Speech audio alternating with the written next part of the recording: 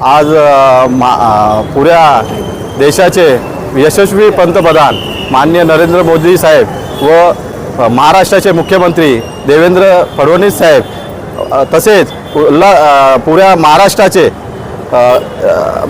अध्यक्ष रवींद्र चव्हाण साहेब व उल्हासनगरचे आमचे सर्व मेन बॉडी जे सर्व पदाधिकारी राजेश वद्रे साहेब, प्रदीप रामचंदानी साहेब, कुमार आयलानी साहेब, आमदार कुमार आयलानी साहेब, प्रशांत पाटील साहेब, संजय सिंग चाचा साहेब, सर्वच अजित लबाना साहेब, सर्वांनी जो आमच्यावर विश्वास टाकला आहे की बाबा आम्हाला जे एक नंबर पॅनलमधून जी उमेदवारी दिली, आज तुम्ही बघा एक नंबरमध्ये सर्व यंग चेहरे हे BJPने दिलेले आहेत आणि त्यांनी जो विश्वास आमच्यावर टाकलेला आहे त्या विश्वासाला आम्ही खरे उतरणार आहे आणि ह्या पॅनलचा विकास आणि विकासच करणार आहे। आमचा ध्येय फक्त आहे की विकास आणि परिवर्तन आमच्या एरियामध्ये बिलकुल काही कामं झालेली नाहीत। हे तुमच्या माध्यमातून तुम्ही सर्व एरियामध्ये बघा।